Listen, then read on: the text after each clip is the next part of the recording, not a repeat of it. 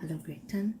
So for today we're going to talk further more about the inverse of a function. In the previous video we mentioned how to find the inverse of a function, of a linear function in specific. Now we're going to talk about something called composition. Okay, composition of a function. This is something we use to verify that two functions are inverses. Now, we already mentioned that the inverse of a function or the inverse functions both undo each other. So, when we compose two inverses, we get a certain result. Let's see how this happens. Now, let's say we have an input. Okay, this input goes through a process, okay, which results in an output. Okay, in functions, the input, which we call domain, which already mentioned in the previous video, is x. Now x went through a certain process that we called f of x, and resulted in different value in a specific value with x, or that is in return to x, which is y. Okay, now let's say we wanted to undo this process. We just want to skip this step and just go back to where we were. So what we're going to do is we're doing something that is called feedback in this process.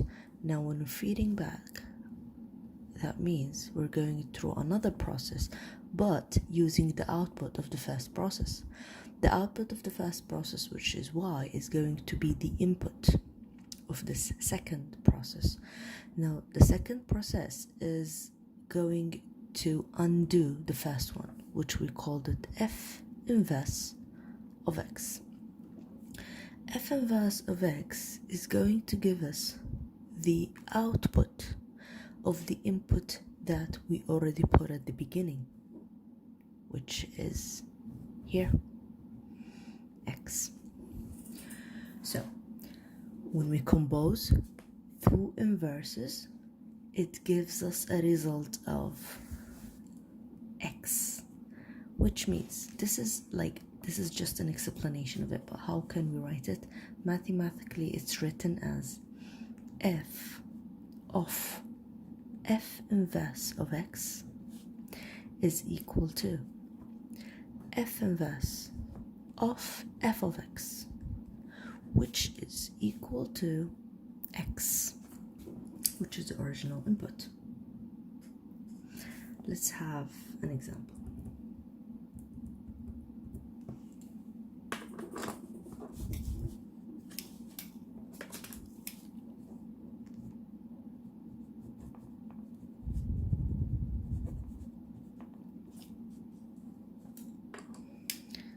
The example is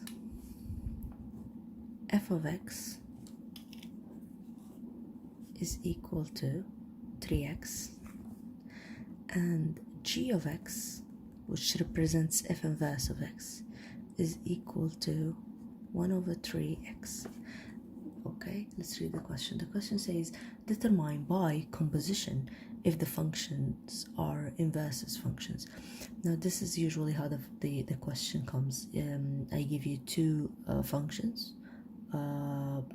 One of them is f of x, and the other one is supposed to be f inverse of x, and then you're going to prove if this is correct or wrong or not. So here's an example. We have f of x, we have g of x, where g of x is the inverse function of f of x. So f of g of x is equal to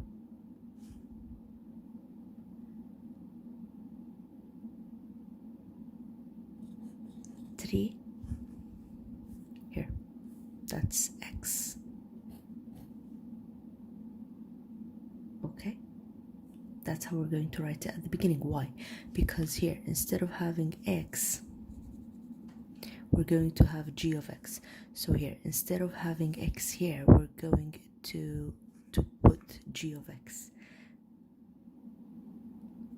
Okay, because f of x is equal to 3x. Okay, let's just write it this way first, sorry. So it can be more clearer. Sorry, here. F of x is equal to 3x. Now we don't want f of x, we want f of g of x. So instead of x here, we're going to put g of x, which is the whole function, the other function, the inverse function. So it becomes 3 multiplied by the whole function here, which is 1 over 3x.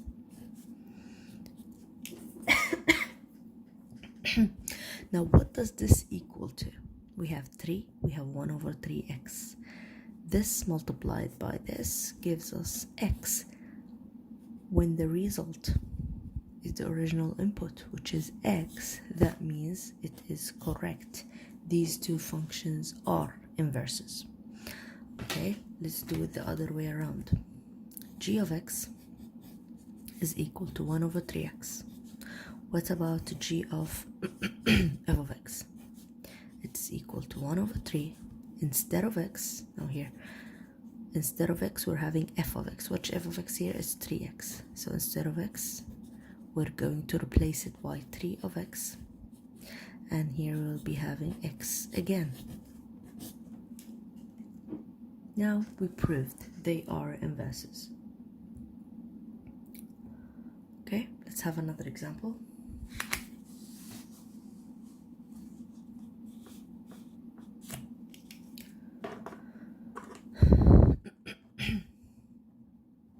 Okay, example number 2. The two functions here are, the first one is f of x is equal to 3x minus 1, and g of x is equal to, here we don't write f inverse of x because it's claimed. It's just something that, it's a question, because if it's written as f inverse of x, that means it is the f inverse of x, it is the inverse of it. But here we don't know, we need a yes or no. So we're having two different functions, and you're going to tell us if they are inverses or not. So here we're having f of x and g of x, and let's use the same criteria, which is the first one, f of x is equal to 3x plus 1. We're going to change it by f of g of x. Here, instead of x, every time you find x, you just put g of x. Now it's equal to 3. Instead of x, we're going to put the whole g of x here, which is 1 over 3x plus 1 plus 1, which is the plus 1 here. Okay. By the way, I think I wrote the, yeah, my sign is wrong. The first here, yeah, it's negative. Yeah, it's written right here, it's negative. Okay, now let's just let's factorize it, or just let's see what it's equal to. F of g of x is equal to, here we multiply this, becomes 1, so we have x plus 3 minus 1, which is equal to x plus 2. Now x plus 2 does not equal to x, so these two functions are not inverses. Okay, now this is called using composition to prove if the functions are inverses or not.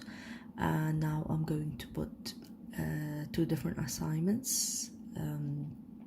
Please follow the instructions written on Google Classroom, and let me know if you have any other questions.